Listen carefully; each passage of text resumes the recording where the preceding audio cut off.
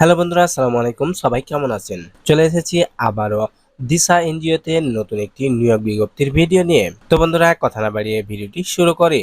এই বিজ্ঞপ্তিটি প্রকাশিত হয়েছে দৈনিক প্রথম আলো 28 মে 2024 সালের পত্রিকাতে। Development initiative for social advancement Disha জাতীয় পর্যায়ে একটি বেসরকারি উন্নয়ন সংস্থা, যা এমআরএস সনদপ্রাপ্ত। বিগত ৩১ বছর যাবৎ দরিদ্র বিমোচন, ক্ষুদ্র ঋণ ও উন্নয়ন কার্যক্রম বাস্তবায়ন করে আসছে। সংস্থাটি বর্তমানে দেশের ১৯টি জেলায় ১০২টি শাখায় মাধ্যমে দরিদ্র জনসাধারণের জীবনমান উন্নয়নের লক্ষ্যে ক্ষুদ্র ঋণ ও পাশাপাশি জ্ঞান চর্চার মাধ্যমে শিক্ষার মান উন্নয়ন ও আলো ঘর কার্যক্রম, কৃষি পরিবেশ উন্নয়ন, নার্সারি কার্যক্রম পরিচালনা করে আসছে। তাদের এই কার্যক্রম প্রসারিত করার জন্য নতুনভাবে নিয়োগ দিয়েছে। তো এখন আমি বিস্তারিত নিয়োগ বিজ্ঞপ্তি সম্পর্কে আলোচনা করব। প্রথমে ক্রমিক নাম্বার, পদের নাম, পদের সংখ্যা, শিক্ষাগত যোগ্যতা ও সর্বোচ্চ বয়সীমা।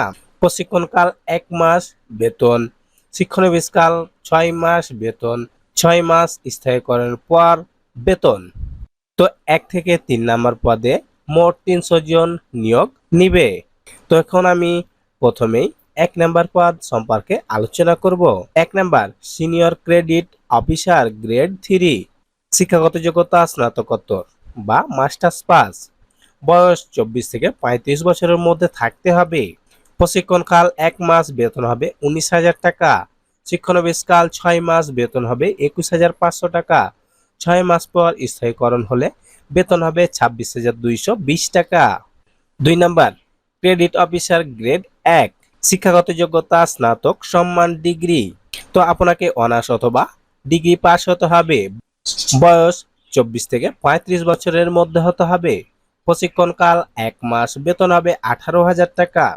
শিক্ষানবিশকাল ৬ মাস, বেতন হবে ২০,৫০০ টাকা এবং স্থায়ীকরণের পর বেতন হবে ২৫,৪০০ টাকা। ৩ নাম্বার ক্রেডিট অফিসার গ্রেড ২, শিক্ষাগত যোগ্যতা ও বয়সসীমা স্নাতক সম্মান, বয়স ২৪ থেকে ৩৫ বছরের মধ্যে হতে হবে। প্রশিক্ষণকাল ১ মাস, বেতন হবে ১৭,০০০ টাকা। শিক্ষানবিশকাল ৬ মাস, বেতন হবে ১৯,৫০০ টাকা। ৬ মাস শিক্ষানবিশকাল শেষে স্থায়ীকরণ হলে ২৪,১৪০ টাকা বেতন হবে। ৪ নাম্বার সহকারী শাখা ব্যবস্থাপক কাম হিসাবরক্ষক এসিও, পদ সংখ্যা ৬০ জন। শিক্ষাগত যোগ্যতা ও সর্বোচ্চ বয়সসীমা বাণিজ্য স্নাতক। তো আপনাকে বাণিজ্য বিভাগ থেকে মাস্টার্স পাস হতে হবে। বয়স সর্বোচ্চ ৩৫ বছর। সংশ্লিষ্ট পদে অভিজ্ঞ প্রার্থীদের অগ্রাধিকার দেওয়া হবে। তো এখানে প্রশিক্ষণকাল নেই।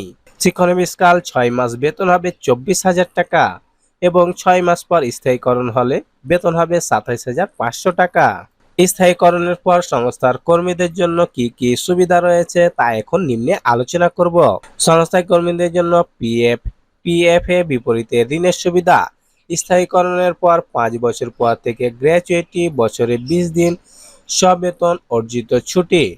চিকিৎসা ও বীমা সুবিধা, বছরে ২টি উৎসব ভাতা, বাংলা নববর্ষ ভাতা, লং সার্ভিস বেনিফিট, বিবাহ ভাতা, মোবাইল বিল, বাইসাইকেল, মোটরসাইকেল মেরামত। মহিলা কর্মীদের জন্য বিশেষ যাতায়াত ভাতা।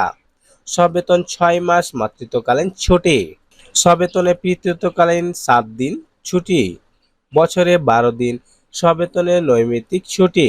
বছরে ১৫ দিন সবেতনে মেডিকেল ছুটি।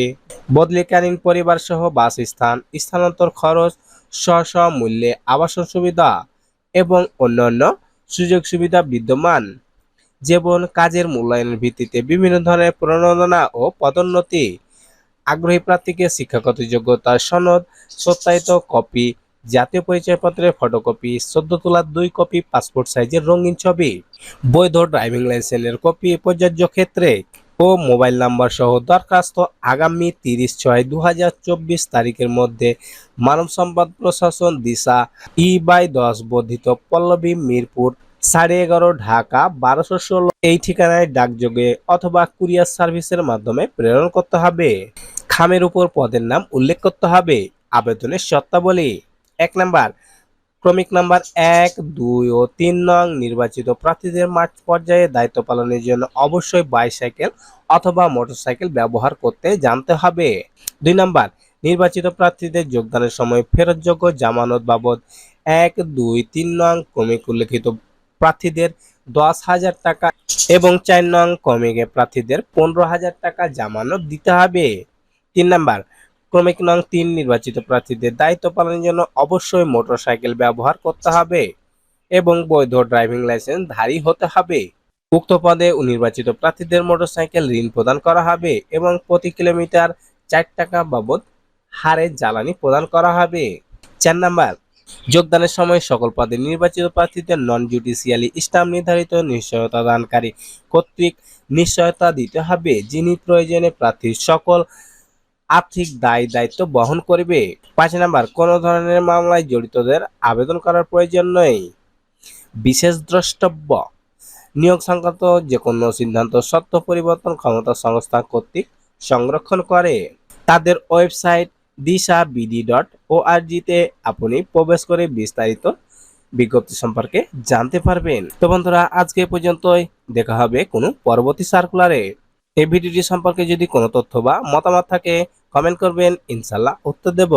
এই ধরনের সরকারি বেসরকারি এনজিওর যে কোনো বিজ্ঞপ্তি পেতে আমাদের চ্যানেলটিকে আজই সাবস্ক্রাইব করুন। ভিডিওটি দেখার জন্য অসংখ্য ধন্যবাদ।